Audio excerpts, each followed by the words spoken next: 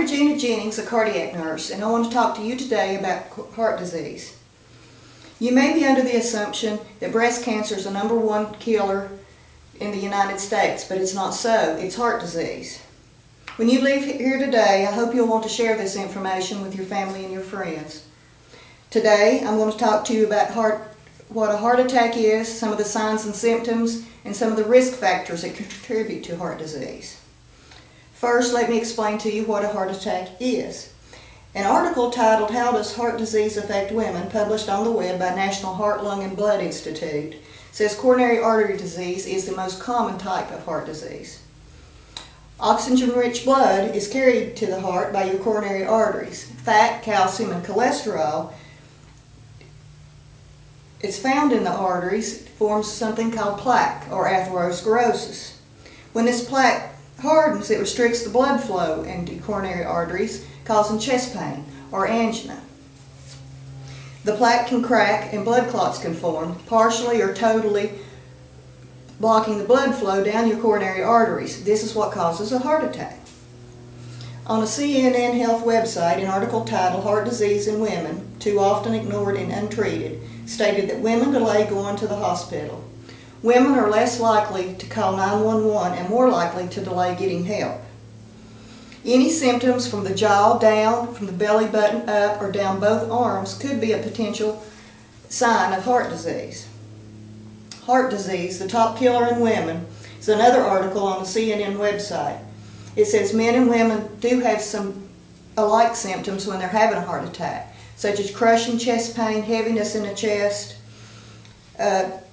break out in a cold sweat, pain down the left arm. But women do have report some more subjective symptoms like nausea, dizziness, and weakness, even not just feeling good. The symptoms are sometimes overlooked by their physicians and attributed to other causes.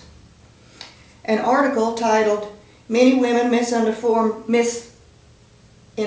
About Heart Disease" states that knowledge of the symptoms of heart disease have not improved over the years. Only 56% know that chest, neck, shoulder, and arm pain are symptoms. 29% knew that shortness of breath could be a sign.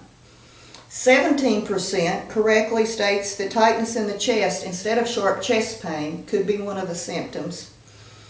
And only 15% knowing nausea is a sign.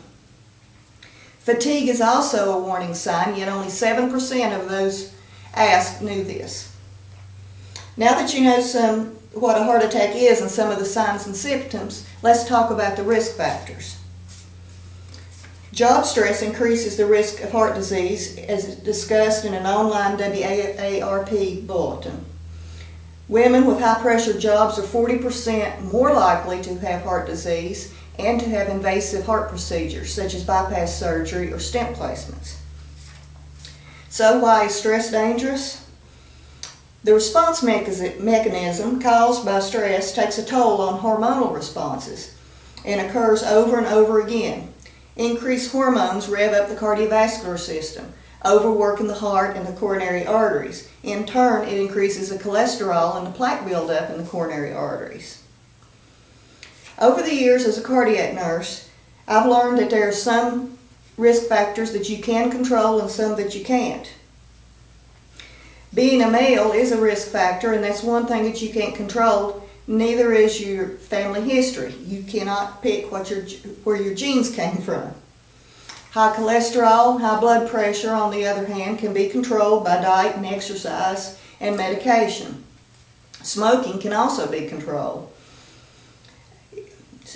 Not only is smoking bad for your heart, it raises your risk for heart disease and stroke, it damages your lungs and your skin.